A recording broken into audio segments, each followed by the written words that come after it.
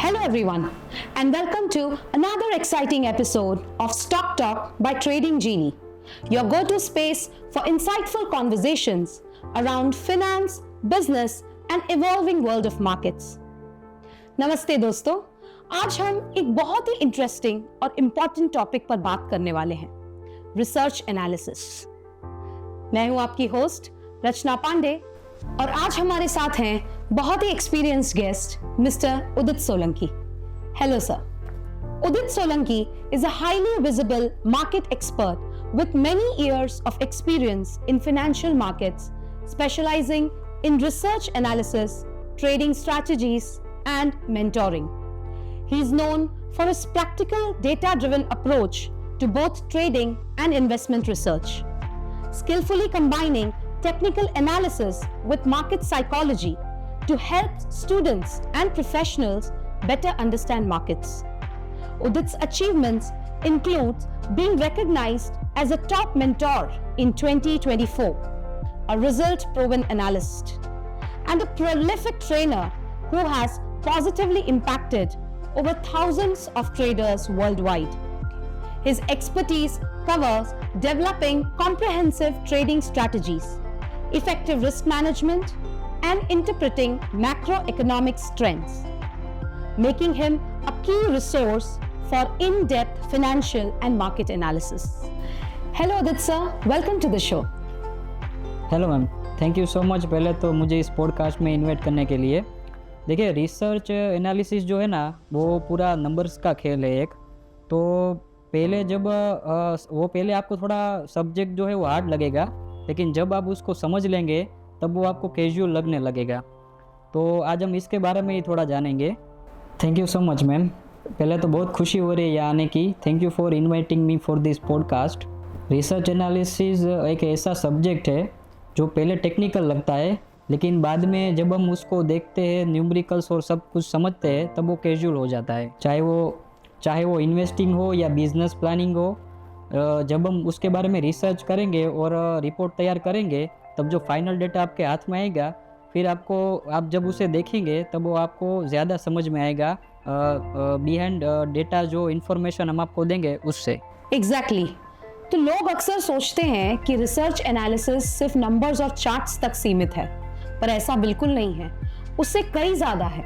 It's all about interpretation, story telling and strategic decision making. तो आइए आज research analysis के बारे में डिटेल में समझते हैं।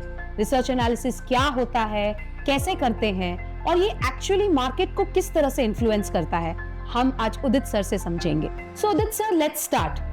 इन द बिगनिंग वेरी बेसिक से बताइए कि what is research analysis? How will you define research analysis to a person who is totally new to this term? बिल्कुल सिंपल है मैम। देखिए, पहले रिसर्च एनालिसिस में हम क्या करते हैं कि पहले डेटा कलेक्ट करते हैं, फिर जो भी कंपनी, जो भी सब्जेक्ट होता है हमारे पास, उसका जो पूरा डेटा होता है उसको हमको कलेक्ट करना होता है।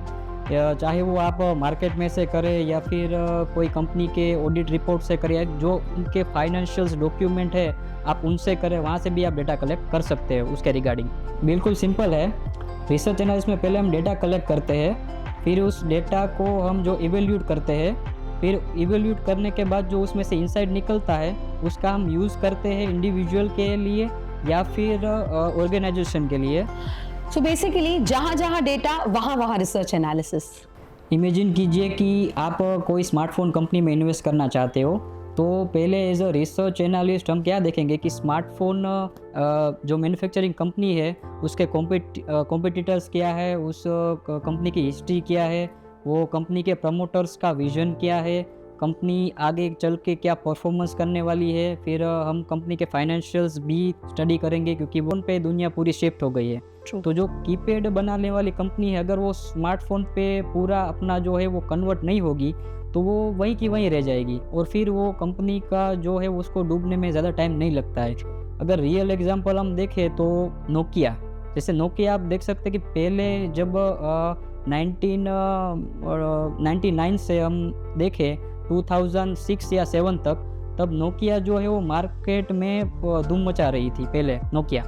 लेकिन फिर क्या हुआ कि जब एंड्रॉयड का यूज़ हुआ, iOS का जब स्टार्टिंग हुआ, तब क्या हो कि स्मार्टफोन की तरफ बढ़ने लगी। लेकिन नोकिया ने फिर भी क्या किया कि उन्होंने वही जो कीपैड वाले फ़ोन जो है वही लॉन्च करना स्टार्ट किया। तो उससे क्या हुआ कि एक तो लोगों को कुछ न्यू मिल रहा था, तो लोगों ने क्या किया कि जो न्यू मिलता है हमें तो पहले हम वही अपनाते हैं, सही है। तो इसमें ऐसा हुआ कि नोकिया ने जब पुराना अपना मॉडल ही चालू रखा, उन्होंने कुछ नया शिफ्टिंग नहीं किया। लेकिन जब तक उन्हें पता चला कि दुनिया जो है पूरी वो कीपैड फ़ोन में से स्मार्टफ़ोन में शिफ्ट हो गई है, तब बहुत देर हो चुकी थी। लेकिन फिर उन्होंने क्या कि अपना फ़ोन लॉन्च तो किया, लेकिन वो इतना ज़्यादा चल नहीं पाया बेसिकली। बाकी जो सारी कंपनियां थी उन्होंने पहले ही मार्केट कैप्चर कर लिया था। जैसे कि हम देखें कि आईफोन है या दूसरी जो भी कंपनियां है, एंड्रॉयड की दूसरी जो भी कंपनियां है, उन्होंने क्या किया कि मार्केट को पूरी तरह अपनी तरफ खींच लिया। तो फिर क्या नोकिया के पास ज़्यादा कुछ बचा नहीं था मार्केट में करने के लिए। तो हमें ये सब रिसर्च में ये सब भी देखना होता है कि कोई कंपनी का आगे का विज़न क्या होने वाला है, क्योंकि उस हिसाब से ही हम जो है वो इंडिविजुअल या ऑर्गेनाइजेशन जो है हम उनको जो डेटा देंगे उससे वो इन्वेस्ट करेंगे आगे जाके। So it's all about evolution, upgradation. And जहाँ तक मैं समझ पा रही हूँ, it's not guesswork, it's informed prediction. जी मैम।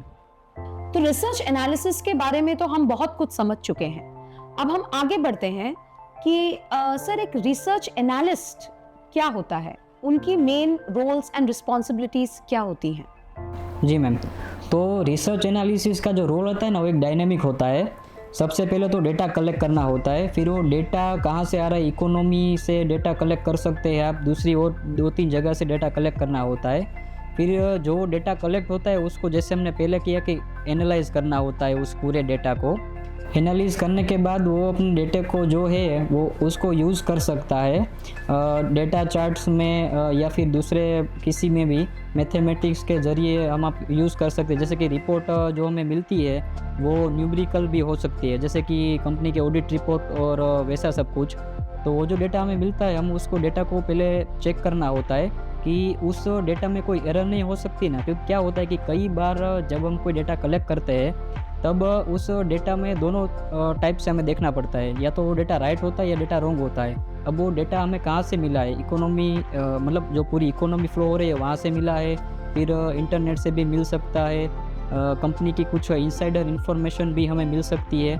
तो वो जो पूरा जो डेटा हम कलेक्ट करते हैं ना, वो डेटा एक तो कहाँ से मिला है हमें वो देखना पड़ता है, और उस पूरे डेटा को जो है वो एनालाइज करना बहुत ज़रूरी हो जाता है। और जो इसमें छोटी छोटी एरर्स होती है ना, हमें वो पहले फाइंड करके उसको निकालनी पड़ती है। तो क्या होता है कि बाद में जब अगर डेटा एरर के साथ अगर हम आगे जाएंगे तो वो डेटा जो है वो मतलब एनालाइज करने के बाद भी हमें वो कुछ काम में उपयोग में नहीं आ सकता है। तो सर एक टिपिकल दिन कैसा होता है एक एनालिस्ट की लाइफ में?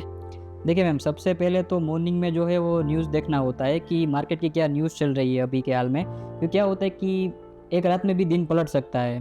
आपने अभी देखा ही होगा लाइव में कि क्या होता है कि एक रात में ही कई भी जगह पे जंग शुरू हो जाती है या कुछ और हो जाता है।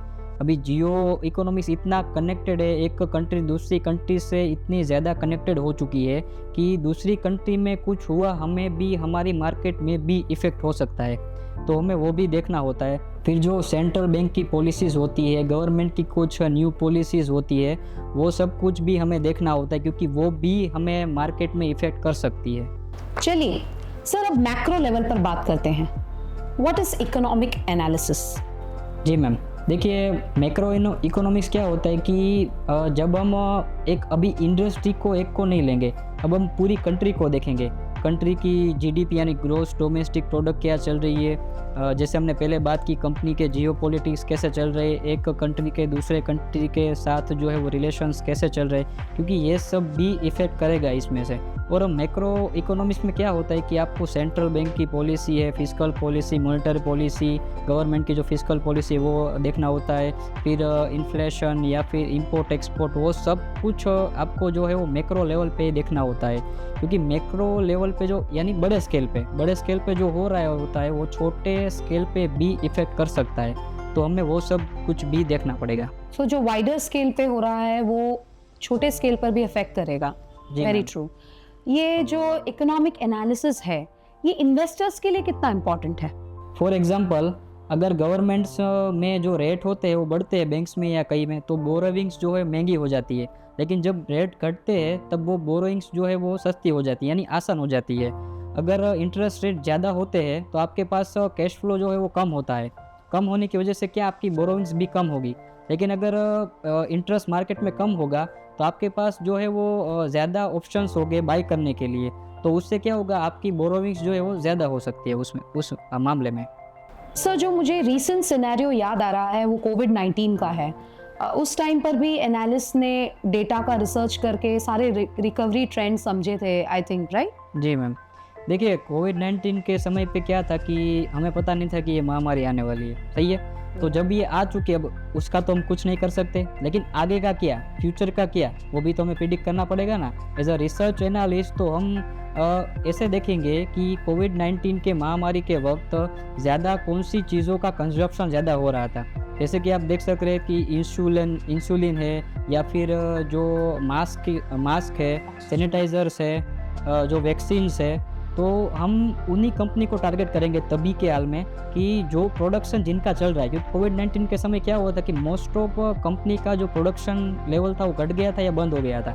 लेकिन सिर्फ किसका चल रहा था, फार्मास्यूटिकल्स कंपनी का ही चल रहा था। ऐसा एग्जांपल हम समझे कि कोविड-19 की जो कोवैक्स कंपनी है, अभी जो दूसरी मार्केट में कंपनी है, उसकी डिमांड ज़्यादा थी और सप्लाई भी थी। वो उनको क्या बोलते हैं, गवर्नमेंट की तरफ से पूरा छूट था कि आप मतलब कर सकते हैं। फिर जो इंसुलिन्स होते हैं, जो इंजेक्शंस, उसकी कंपनी जो है उसको हमें टारगेट करना चाहिए। फिर क्या होता है कि कोविड-19 के समय में तो ये सारी कंपनी ही हमें देखनी पड़ती है, और इसका जो फ्यूचर प्रेडिक्शन हमें करके फिर डेटा जो हमें मिलता है उसको एनालाइज करना होता है इसके लेवल पे। और कोविड-19 के समय पे क्या हुआ था कि लोगों की जो बोरोविंग्स है वो मतलब कुछ ज़्यादा ही कम हो गई थी।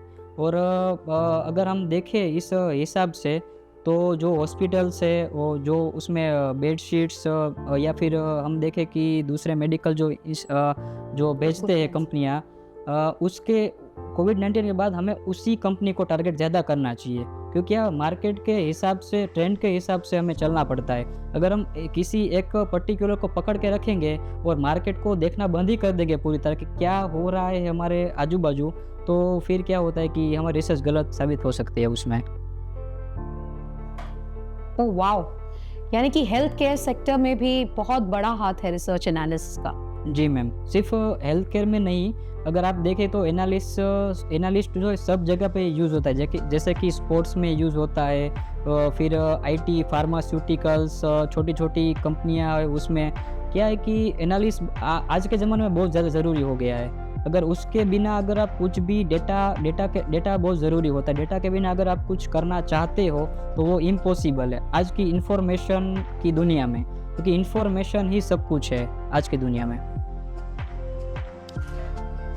Very well said.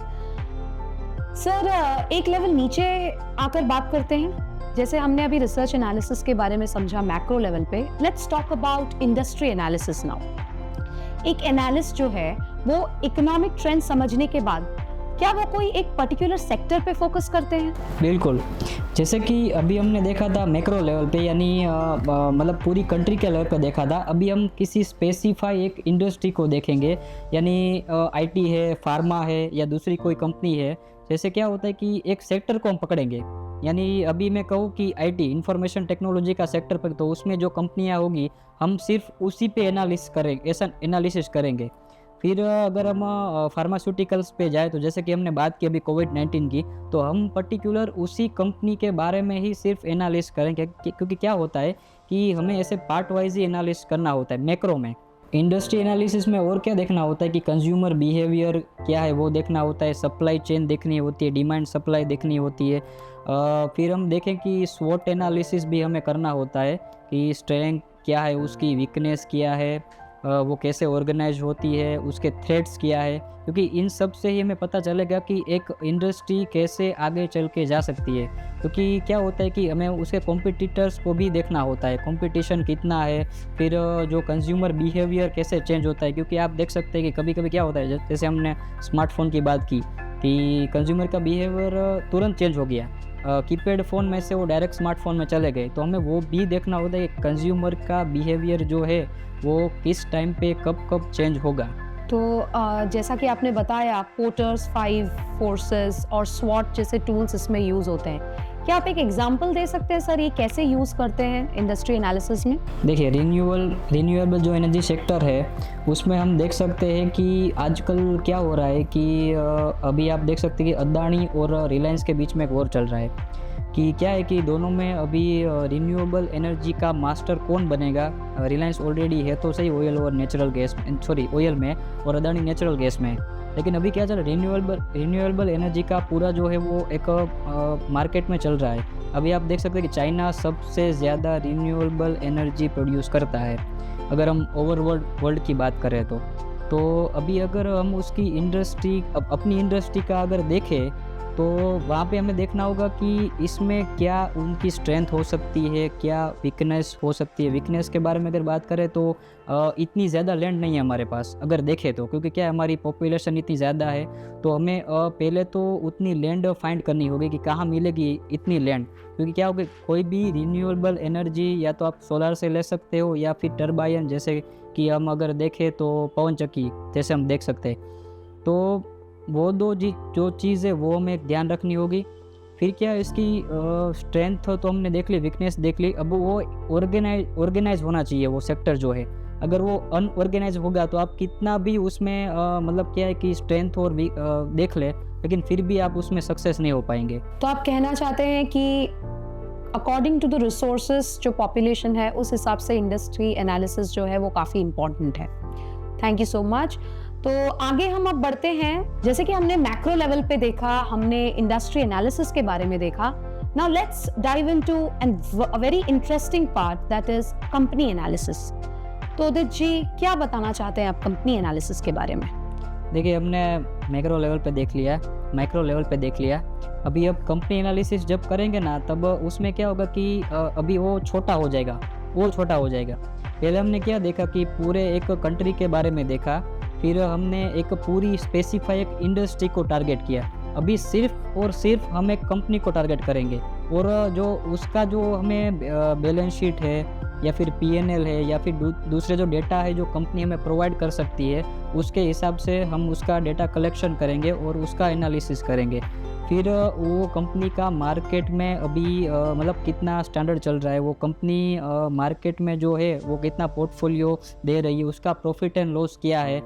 जैसे कि हमने बात की कि कंपनी के जो इन्वेस्टर है वो कंपनी के बारे में क्या सोचते हैं, क्योंकि वो भी एक हमें देखना पड़ेगा कि कभी कभी क्या होता है कि कुछ कंपनी ज़्यादा प्रॉफिट कर रही होती है, ऐसा नहीं कि नहीं कर रही होती, लेकिन अगर उसके प्रमोटर्स या उसके डायरेक्टर्स जो है अगर उनका विजन सही ना हो और कंपनी जो फ्यूचर जो एक्सपेक्ट है वो सही ना हो, तो क्या होता है कि जो इन्वेस्टर होते हैं वो अपना पैसा वापस खींच लेते हैं। तो हमें वो भी देखना होता है। फिर एक सबसे खतरनाक होता है कि जो इनसाइडर इन्फॉर्मेशन, कि कंपनी की कोई ऐसी इन्फॉर्मेशन हो, यानी अगर एक डिपार्टमेंट जो चल रहा हो उसकी कोई इन्फॉर्मेशन हो दूसरे डिपार्टमेंट तक नहीं पहुंचनी चाहिए, ये भी एक देखना होता है।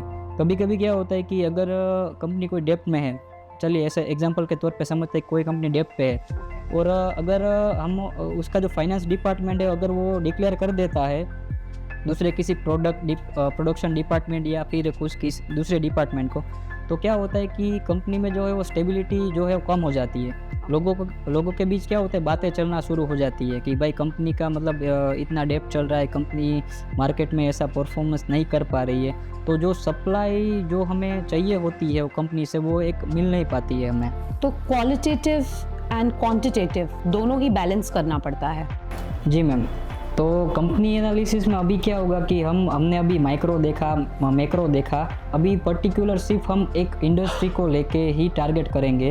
कंपनी के जो बैलेंस शीट है, कंपनी के जो प्रमोटर्स है, कंपनी के जो डायरेक्टर्स है, उनका क्या मोटिव है, वो उनका बिजनेस क्या कैसे रन हो रहा है, मतलब सभी डिपार्टमेंट है उसमें तालमेल अच्छे से हो रहा है कि नहीं हो रहा है। फिर वो कंपनी का फ्यूचर मतलब कैसे होगा, कैसे वो उनका जो डिमांड एंड सप्लाई चल रही है, मतलब कंपनी का जो एक पूरा का जो, जैसे हम कोई इंसान के बारे में जैसे हम इंफॉर्मेशन लेते हैं, वैसे ही हमें कंपनी के बारे में पूरी इंफॉर्मेशन लेनी होगी।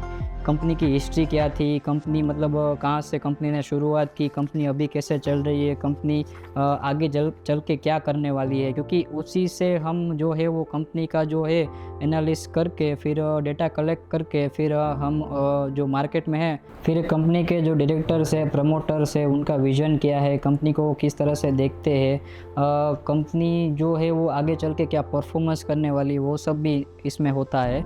फिर हम क्वांटिटिवली और क्वालिटिवली भी हम उसको देखेंगे कि कंपनी कैसे रन करती है और कैसे चलती है। ओके, तो आप कहना चाह रहे हैं कि क्वांटिटेटिव एंड क्वालिटेटिव दोनों को बैलेंस करना पड़ता है। जी मैम, देखिए कंपनी प्रॉफिटेबल हो सकती है, लेकिन अगर उनके जो डायरेक्टर या प्रमोटर्स का जो है वो विज़न सही ना हो, या फिर कंपनी जो है वो उस तरीके से मतलब जो फ्यूचर कंपनी कैसे बनाते हैं हम कि कंपनी का कोई ऐसे हमें नक्की करते हैं कि कंपनी को आगे चल के क्या करना है, वो किस टारगेट को बेस करना है, कंपनी किस तरह से चलेगी, अगर हम उसको फॉलो नहीं कर पाते, यानी डायरेक्टर जो प्रमोटर्स है उनका विज़न वो नहीं हो पाता है और मिसमैच होता है, तो मतलब कंपनी को ज़्यादा गिरने में टाइम नहीं लगता है कंपनी को।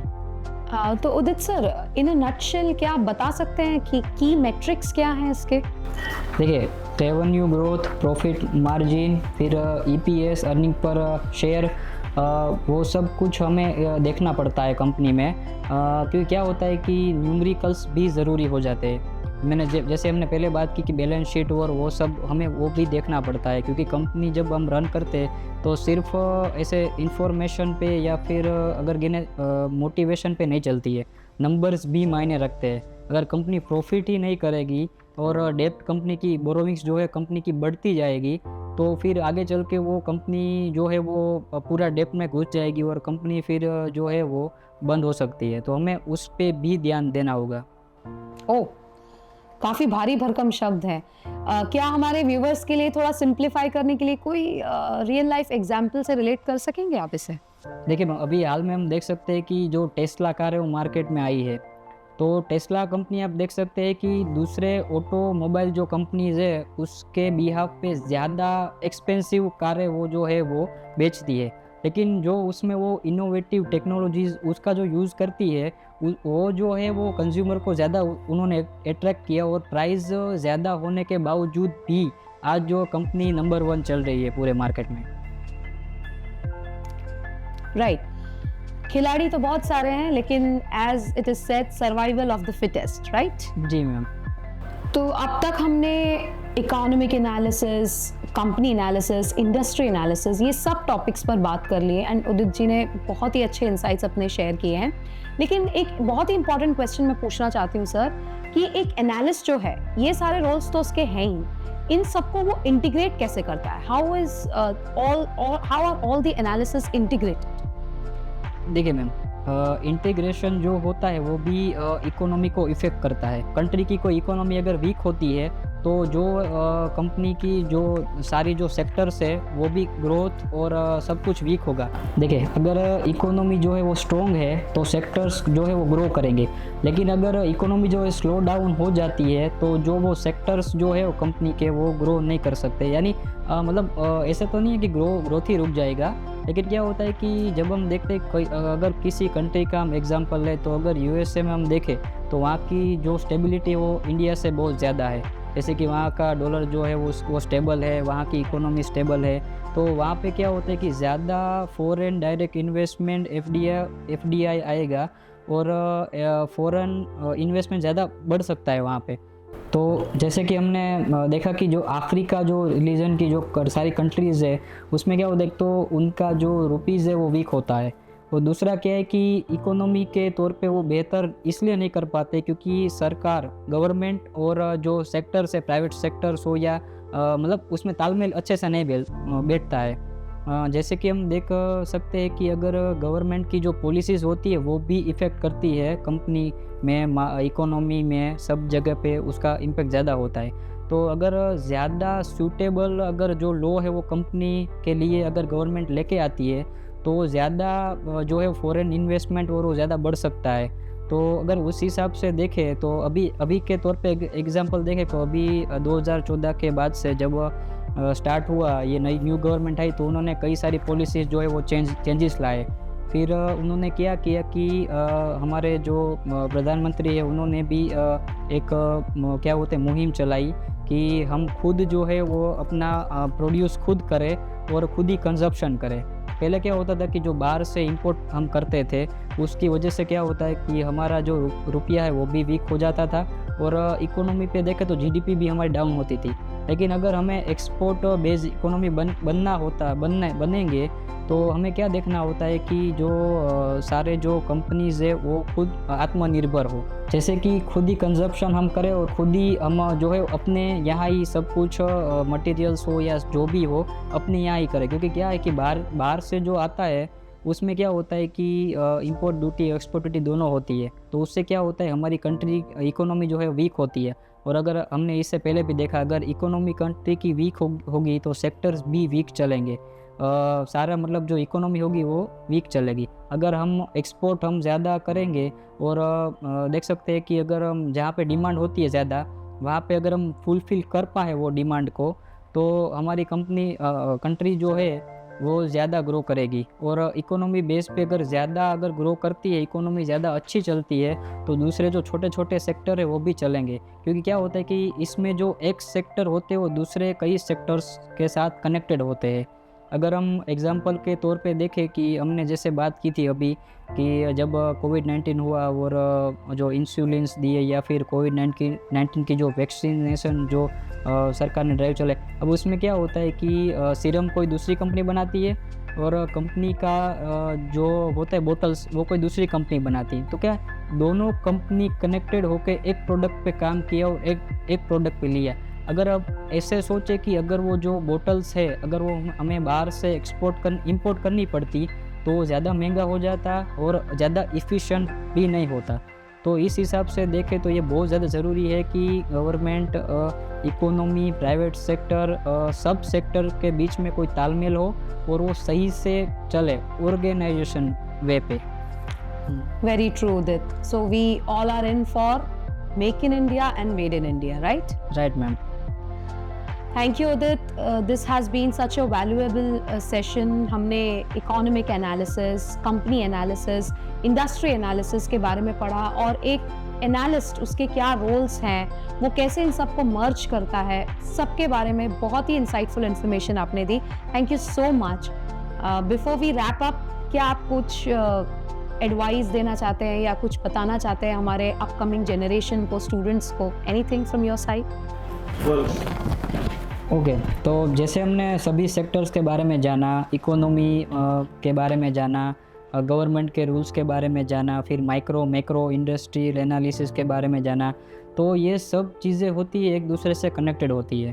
तो हमें ये सब कुछ देखना पड़ता है, उसके डेटा को देखना मतलब विजुलाइज करना पड़ता है, डेटा को कलेक्ट करना पड़ता है, एनालाइज करना पड़ता है डेटा को। तो ये सब कुछ एक रिसर्च में शामिल होता है, तो आपको ये सब कुछ देखना पड़ता है। तो देखिए, स्टे क्यूरियस, बी डिसिप्लिन, क्योंकि इसमें डिसिप्लिन एक बहुत ज़रूरी होता है। अगर आप एक ऑर्गेनाइज वे में अगर आप एनालिसिस नहीं करेंगे तो क्या होता है कि वो डेटा में कई सारे एरर्स आपको मिल सकते हैं। तो ऐसे अगर एग्जांपल के तौर पे देखें तो एक कंपनी जब रन करती है तब वो कई सारे सेक्टर्स में हो सकती है वो company.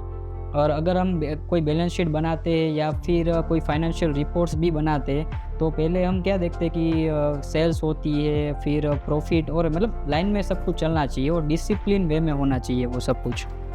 So basically good research doesn't predict the future, it can help better decision for today. Beautifully said. Thank you so much, Udit. I hope our audience have just enjoyed this session as much as I have. Once again, thank you so much. Thank you ma'am. दोस्तों, उम्मीद करती हूँ कि आपको ये episode बहुत पसंद आया होगा। अगर आपको ये एपिसोड पसंद आया है तो लाइक, शेयर और सब्सक्राइब करिएगा ट्रेडिंग जीनी को। Till then, stay curious and अपने decisions data driven लीजिए। Thank you.